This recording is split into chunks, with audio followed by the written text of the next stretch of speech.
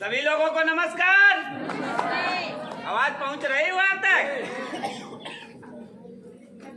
अभी आप लोगों ने बड़े देर से बैठे हैं, समय भी बहुत ज्यादा हो गया है, लेकिन मजबूरी भी है संचालक महोदय की, क्योंकि हमारा संगठन धीरे धीरे हमारा परिवार इतना बड़ा होता जा रहा है कि अगर उसमें सबको कुछ ना कुछ समय नहीं मिला तो वहां से आने का कोई फायदा नहीं होगा। कम से कम वो अपने बात को रख लें। और अभी तक मैं भी बहुत ज्यादा नहीं बोलूंगा क्योंकि समय बहुत ज्यादा हो जाए, कहना तो बहुत कुछ है लेकिन शायद पूरा ना हो पाए यहाँ। तो आप लोगों से निवेदन भी करना चाहूंगा कि हम लोगों का एक है, ये जो मीडिया प्रभारी हैं ये चलाते हैं एक एसएसटी शोषित समाज नाम से यूट्यूब चैनल, जिसको आप सब्सक्राइब कर लेंगे तो हर जगह की मीटिंग है, हर जगह सब कुछ मिल जाएगा।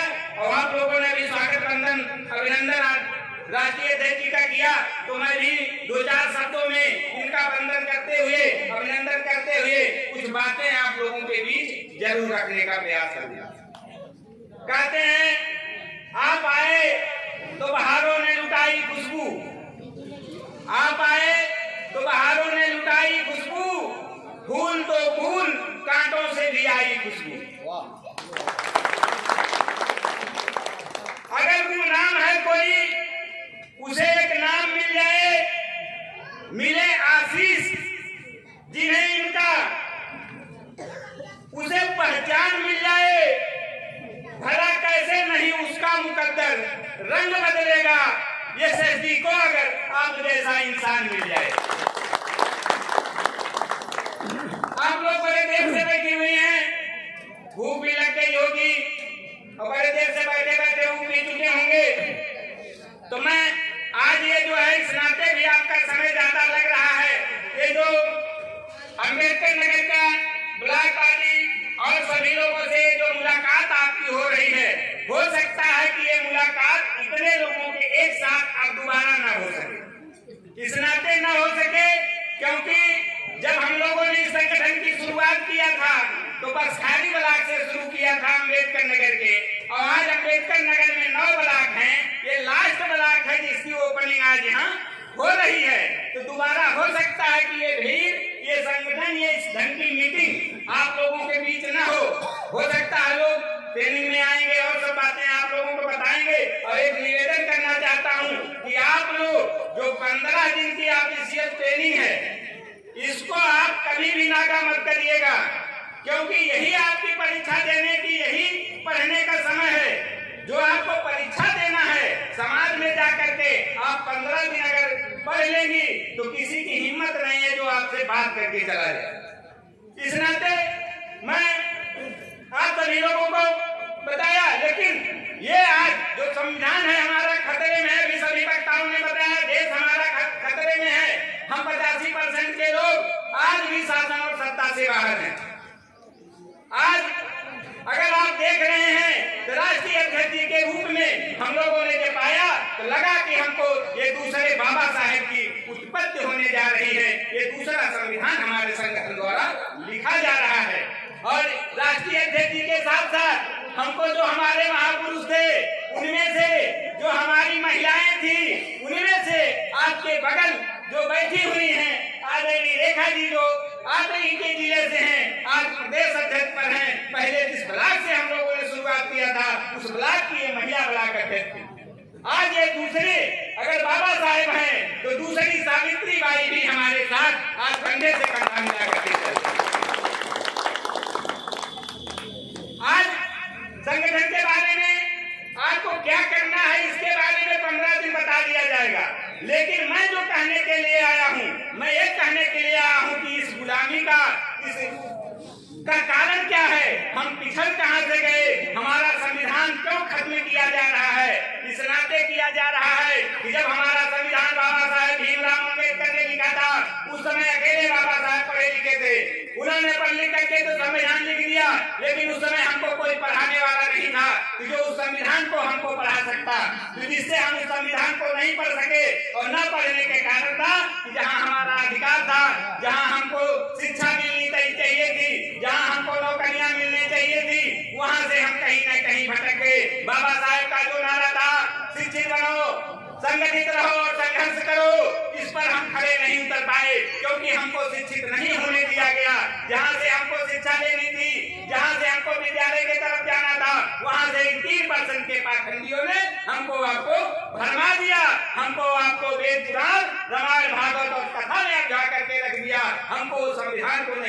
दिया, जहाँ से कि हम अपने अधिकार को नहीं पा सके, हम अपने शिक्षा पर नहीं जा सके, हम अपने पढ़ाई लिखाई दवाई पर काम नहीं किए।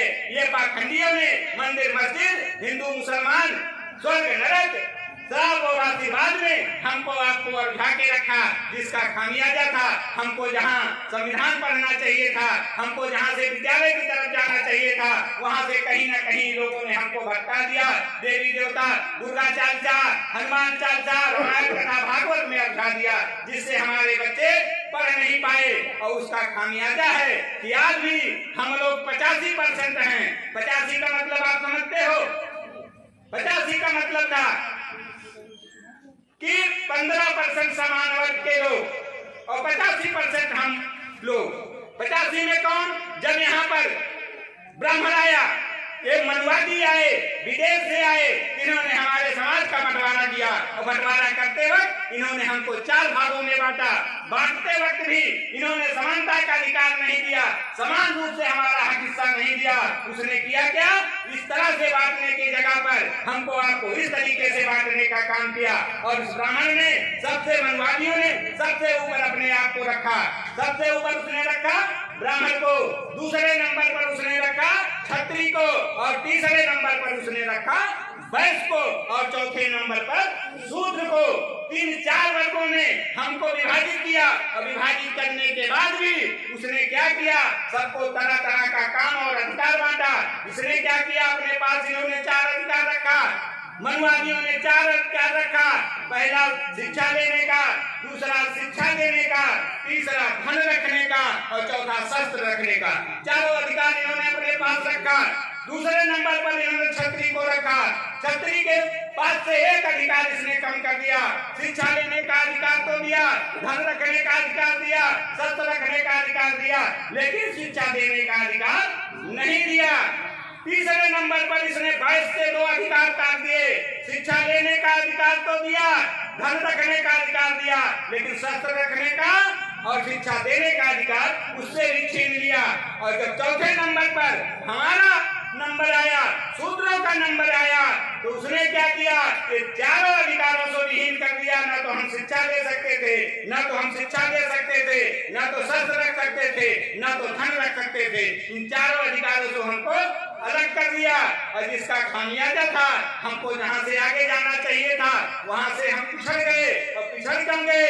क्योंकि वो जो चाहते थे, वो जो वेद पुराण कथा भागवत के माध्यम से हमको अवधा दिया, उस समय आप जानते रहे होंगे, जब देश आजाद हुआ था, जहाँ से संविधान पर काम होना था, वहाँ से संविधान पर काम नहीं हुआ। इसने क्या किया? हमको रामायण, वेद पुराण और कथा भागवत सुनाना शुरू कर दिया। आज भी जब उस समय आप देखे होंगे रामायण और महाभारत लॉन्च हुई, गांव-गांव में एक टीवी किसी एक गांव में हुआ करती थी। पूरा 2-4 गांव के लोग वहां जुट करके उस रामायण को, झूठी रामायण को देखते थे।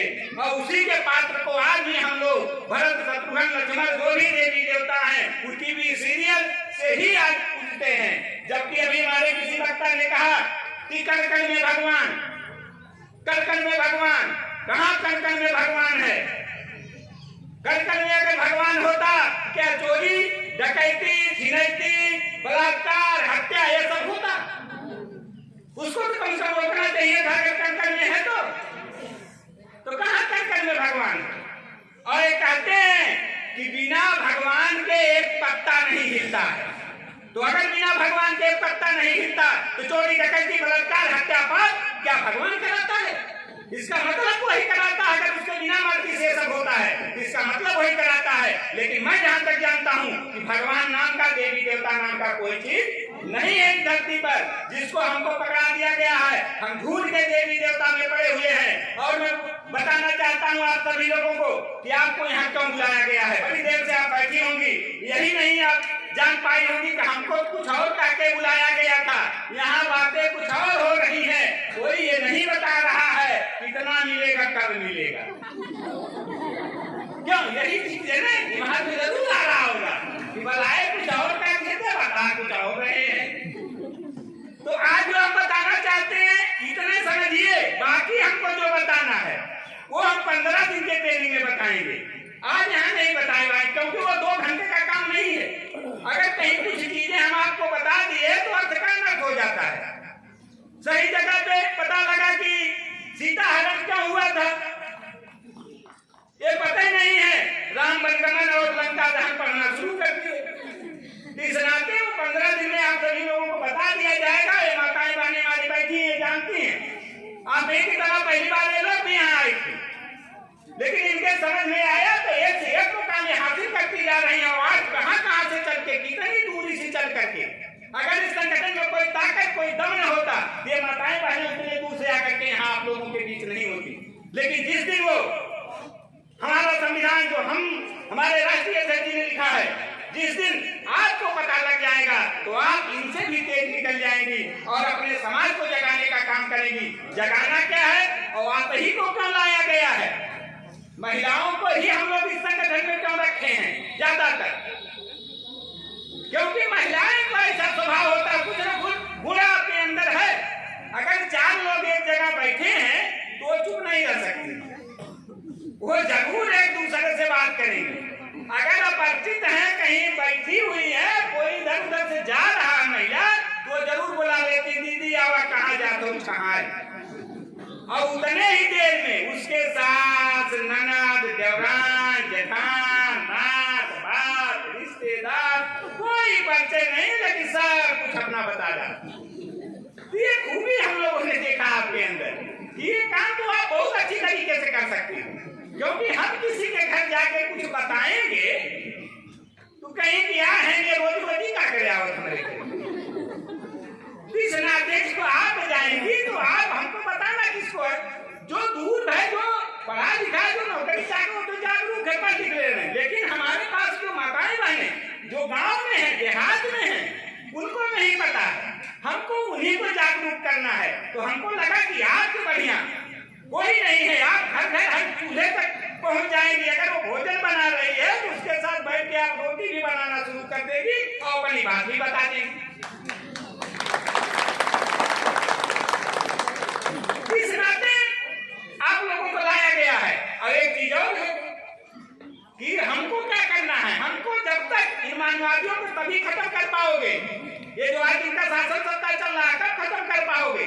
जब तक आप इनको पाखंड को नहीं छोड़ोगे, जब तक इनके देवी देवता के चक्कर में पड़े रहोगे, हिंदू मुसलमान के चक्कर में पड़े रहोगे, तब तक हमको आपको राम रहीम के नाम पर उठा करके शासन सत्ता में रहेंगे। ये 15% के लोग शासन सत्ता में हैं, हम 85 लोग हैं, लेकिन आप शासन सत्ता से बाहर हैं। क्यों बाहर हैं? क्योंकि हमारा संगठित नहीं है। आज भी हमारे आपके बिरादरी के लोग तरह तरह के एक नेता पैदा हुआ, उस नेता ने अपने बिरादरी की एक पार्टी बनाया, अपने बिरादरी को इकट्ठा किया। कोई यादव के नाम पर इकट्ठा किया, कोई एससी के नाम पर इकट्ठे किया, कोई राजभर के नाम पर इकट्ठा किया, कोई बिंद के नाम पर इकट्ठा किया, कोई मुसलमान के नाम पर इकट्ठा किया। इकट्ठा करके अलग अलग इन्होंने पार्टियां जो है बना दी। और पार्टियां बना करके हमको आपको कहते क्या है कि आइए हम 85 इकट्ठा कर रहे हैं, आइए हम 85 इकट्ठा कर रहे हैं। अरे पहले खुद अपने अंदर झांक के देखो, कहाँ 85 इकट्ठा कर रहे हो? तुम खुद 85 जगह खड़े हुए हो। तो हमने कहा कि इनका चक्कर छोड़ो, इनके चक्कर में पड़ोगे तो ये 85 को इकट्ठा नहीं कर रहे हैं, ये लोग 85 को 85 जगह बांटने का काम कर रहे हैं। इस नाते हमको एक संगठन अलग से बनाने की आवश्यकता पड़ी। हमारा उद्देश्य है कि हम 85% लोग को हम इकट्ठा करेंगे। और न तो हमारा ये कोई पार्टी है, न तो कोई हमारा नेटवर्किंग का बिजनेस है, न कोई कंपनी हमारी है। हम यहाँ कुछ बेचने नहीं आए हैं, हम आपको जो है जागरूक करने के लिए आए हैं और जागरूकता के साथ साथ आपको संगठित करने के लिए आए हैं। क्योंकि जो बाबा साहेब का नारा था, जहाँ से छूट गया वहाँ से कम आज हमारी ये माताएं बहनें, जो बाबा साहेब की अम्बेडकर की देन है, जो हमारे संविधान की देन है, जो हमारी सावित्रीबाई फुले की देन है, पेरियार ललन सिंह यादव की देन है, रामस्वरूप वर्मा की देन है, रामदयाल चौरसिया की देन है, रहीम की देन है, कबीर की देन है, जो आज इतने लोग हमारे महापुरुष जिन्होंने हमको शिक्षा दिया, लेकिन उनके जागरूकता को हम आप लोगों के पास तक नहीं पहुंचा पाए। इन पाखंडियों के चक्कर में पड़ के हम लोग उलझे रह गए। तो हमको इसी पाखंडवाद को खत्म करना है और इसका काम कौन करेगा? ये माताएं बहनें ही करेंगी। इस नाते करेंगी कि अगर कहीं न कहीं से अगर ये पाखंडी लोगों ने फैलाने का काम किया, फैलाए हैं, इसका सबसे श्रेय जाता है माताओं बहनों को। क्योंकि सबसे ज्यादा व्रत त्योहार यही मानती है, यही भूखती है। कभी कड़ुआ चौथ, कभी जैतुआ, कभी रक्षाबंधन, मैंने तरह तरह के पुरुषों की उम्र लंबी होने के लिए, बेटे की उम्र लंबी हो जाए, भाई की लंबी उम्र हो जाए, इसी सब में अवधि पड़ी हुई है। क्या कोई पुरुष भी आपके लिए कभी कोई व्रत भूखता है? भूखता है कि आपकी उम्र लंबी हो जाए? बेटी ने आपकी कभी व्रत भूखा तो आपकी उम्र लंबी हो जाए? पति ने आपके लिए कभी व्रत भूखा? ये पाखंड को फैलाने का काम आप ही लोगों ने किया है, और अगर आप लोगों ने किया है तो खत्म भी आप ही लोगों को करना है। ये मानिए, इसी नाते हम यहाँ आए यही बताने के लिए कि आप लोग उस पाखंड को छोड़िए। शिक्षा के तरफ जो पैसा आप लगा रहे हैं अपने व्रत भूखने में, अपने देवी देवता के दर्शन करने में, उसको आप अपने बच्चे की पढ़ाई में लगाइए, अपने बिजनेस में लगाइए, अपने संविधान को बचाने के लिए आप लोगों को जागरूक करिए। अगर आप संगठित नहीं हुए तो अभी कई वक्ताओं ने कहा कि देश गुलामी के कगार पर है, और ये दिखाई नहीं पड़ रहा है। बहुत लोग है कहते हैं करे गुलाम हो जाएगा तो बवाल हो जाएगा। कौन सा बवाल हो जाएगा हमारे नहीं समझ में आ रहा है। अभी पहले देखा था इन्होंने किसान आंदोलन देखा, चला 1 साल के ऊपर, क्या कुछ उनकी मांगे मांगी गई? और तो और अभी चल रहा है संविदा के बिजली कर्मचारी हड़ताल पे है, 3 दिन से हड़ताल पे है, लेकिन सरकार ने कुछ नहीं सुना। उसने कहा कि काम पर लौटा, नहीं निकाल के बाहर कर दूंगा, इस नाते कर दूंगा, क्योंकि वो जानते हैं तुम संगठित नहीं हो। वो पानी पाना सबको जो है लतिया करके मारेंगे, और हम आप सोचते हैं अरे वो तो उनके साथ हो रहा, हमसे उससे क्या लेना देना। इसी प्रकार से एक बार एक घर में एक महिला थी, उसने अपने पति से कहा कि आप बाजार जा रहे हो, घर में चूहों ने बड़ी उत्पात मचा रखी है, ऐसा करिए कि आप एक चूहेदानी ले आइएगा। इस बात को चूहा सुन रहा था, उसको लगा कि यार ये तो हमारे फंसाने की जुगाड़ बनाई जा रही है। जब इस बात को सुना तो उसने दौड़ना शुरू किया घर भर। घर में दौड़ा तो उस घर में कई जानवर रहते थे, उसमें कबूतर भी रहती थी, सांप भी रहता था, बकरी भी रहता था, भैंस गाय सब कुछ रहती थी, परिवार भी थे।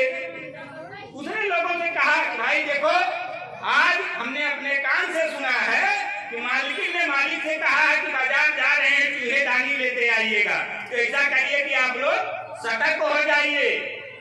तो जिसके पास जाता था उसने कहा अरे तुम सतर्क हो, हमसे क्या मतलब, चूहेदानी आ रही तुम्हारे लिए आ रही है, हम क्या करें। बेचारा दौड़ता रह गया, उसके बाद पर किसी ने ध्यान नहीं दिया। शाम को बाजार से लौटा, चूहेदानी भी लेके आया। इसके बाद फिर वो दौड़ा एक बार, अरे भाई चूहेदानी आ गई है, सतर्क हो जाओ। फिर लोगों ने जवाब दिया कि तुम सतर्क हो, हमसे क्या लेना देना है, तुम चूहा हो, चूहेदानी से तुम डरो। वो चुपचाप बैठ गया, बैठ करके निगाह उसी चूहेदानी पे लगाए रखा कि मेरे लिए खतरे की घंटी है। लेकिन हुआ क्या, रात में डोलते डोलते कोई सांप एक जा करके उसमें फंस गया। सांप फंस गया, सुबह जब उसकी माँ उठी तो देखा कुछ खड़बड़ा रहा, वो समझ गई कि चूहा फंस गया। उसने लड़के को जगाया, कहा कि चूहा फंस गया, उसको ले जाके कहीं छोड़ गया, ले जा करके मार दे। वो गया, झटके में अंधेरा था, उसने उस मूसदानी को पकड़ा तो सांप ने डस लिया। सांप ने डस लिया तो हल्ला मचा कर नहीं तो सांप है, सांप काट लिया, सांप काट लिया। अकेले लड़का उनके पास था, सांप काट लिया। गाँव में सब लोग जुटे रहे, भाई सांप काट लिया। कोई आया, उसी में झाड़ फूंक दवा यार। किसी ने कहा कि ऐसा करो कि अगर कहीं से कबूतर का खून मिल जाए तो अगर इसको पिला दो तो अभी इसका असर खत्म हो जाएगा। किसी ने तुरंत सलाह दिया कि घर के जो है झरोखे में तो बैठी है, दो तीन इसी पकड़ लो। क्या किया, 4 लोगों ने दौड़ करके पकड़ लिया, पकड़ करके काट करके खून जो है पिला दिया। धीरे धीरे उसको भी आराम हुआ तो नाक बात भी सुने, वो भी बेचारे दौड़े हुए आए। तो आए तो नई शादी हुई थी, बेटी और दामाद भी आ गए। उसने कहा कि भाई अब आ गए हो, लड़के को तो आराम हो गया। उसने कहा आ गए हो, पहली बार आए हो, आप रुक जाओ, अब आज क्या जाओगे, कल जाना। वो रुक गए। उन्होंने कहा कि ऐसा है जो मुर्गा टहल रहा है, अपने लड़के से कहा कि उसको ले आओ, और आज रिश्तेदार आए हैं, इसी काट दो, भाई बन जाएगा। आया मुर्गे को काटे, बनाए, खाए, वो अपना सुबह चले गए।